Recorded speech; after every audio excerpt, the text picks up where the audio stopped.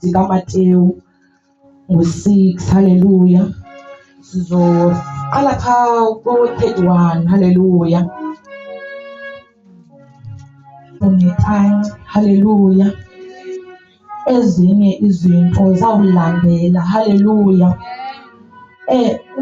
Phaa ku-verse number 16. Haleluya. Uthi xa sukuba ke nizila ukudla, maningabi njengabahananisi bona abamathekileyo, kuba benza bubi ubuso babo ukuze babonakale ebantwini ukuba bazilile. Haleluya. Haleluya. Uthi Thixo masifune tanci. Haleluya. Ezinye zonke izinto zizolandela. Haleluya. Masingabi nawari uba sizokumbatha ntoni, sizotya ntoni, ngoba uyayazi ukuba zonke ezi zinto ziyafuneka. Haleluya. Uthi xa sukuba ubambe i-fasting. Haleluya. Suchaze ebusweni. Haleluya. Hlamba obobuso. Haleluya. Ngoba la fasting ngeyakho naye. Haleluya. Into yenzayo funeka uyenzele emfihlakalweni. Haleluya. Ukwazi yena uzozuza. Haleluya. Uthi masifune tanci. Haleluya. Bangapha abazalwana abazayo endlini kaThixo bafike bathi Nkosi silambele wena. Haleluya. Siziyeke izicelo zethu. Haleluya. Sibayeke abantwana bethu. Haleluya. Siyiyeke imitshato yethu. Haleluya. Kodwa sifune yena kuqala, ngoba uyasithembisa uba zonke ezinye izinto zizolandela. Haleluya. Ngoba kumedi uThixo sicela umsebenzi, sibeke abantwana bethu sibe singazani naye. Into ebalulekileyo uba masazane naye. Haleluya. Ngoba uzasinika umsebenzi. Haleluya. Asinike umtshato. Haleluya. Asinike abantwana. Haleluya. Zezithi xa zimka ziphunguke ezandleni zethu. Haleluya. Sizibuze ukuba uphi nalo Thixo, ngoba asazani naye. Haleluya. Kasebaphi ama-Ebeneza amahle, sifane notata uYobi. Haleluya.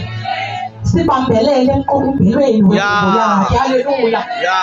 Singashukunyiswa zizinto ezenzekayo ezimpilweni zethu. Haleluya.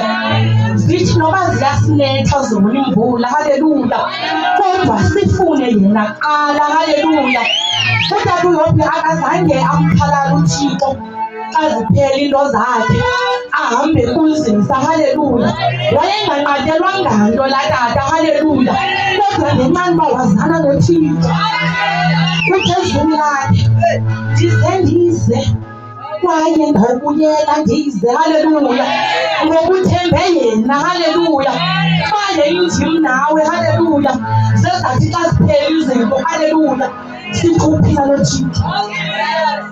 Ndiyayenza ifasting, ndiquqele endlini enkosi, Sunday na Sunday ndisekwenzweni. Uphi uThixo xa kunje. Haleluya. Ube ungazani naye, kanti xa sifikayo endlini kaThixo ke siziyeke iingxaki zethu, ngoba uThixo uyazazi nesizidingayo abangcwele. Ke sibize yena kuqala, akasazise yena. Haleluya. Kwinto yonke esiyenzayo, kodwa yena makabe ngowokuqala. Haleluya. Ngoba xa sifumana imisebenzi, sifuna imitshato, sifuna izikolo, xa engekho senzani? Ngoba uzamfumana umsebenzi, usifumane isikolo, kodwa xa engekho lilize elo kuThixo. Masiceleni bazalwane ukubambelela engubeni kaThixo. Yonke into esiyenzayo sicela ukubambelela kuye.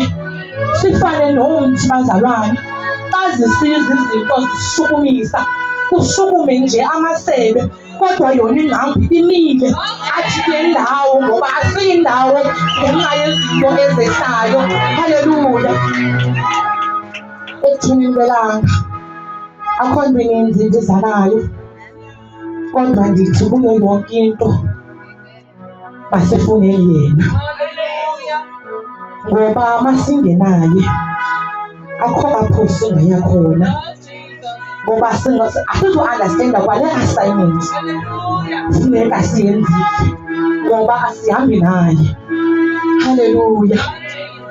Umama uHana uthi xa ithandaza ilebe yakhe ishukuma efuna umntana. Haleluya. Kude kuthiwe usele isiselo esincedisayo, uyazazi into ayifunayo yena, uyazitata izifandisela ngasiselo sincedisayo, nto nje ndiphalaze embinini yam kuThixo. Haleluya.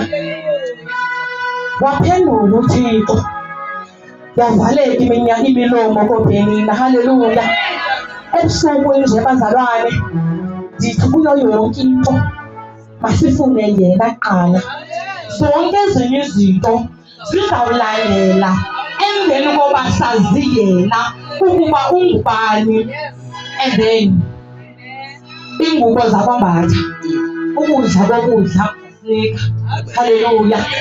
Singawari ngento esizifunayo kuye, uyawusenzela. Kodwa into ebalulekileyo, umntu obesenzelayo masimazi uba ngubani. Haleluya. Ndingathathanga xesha nam lide, umfundisi ungxamile. Haleluya. Amen.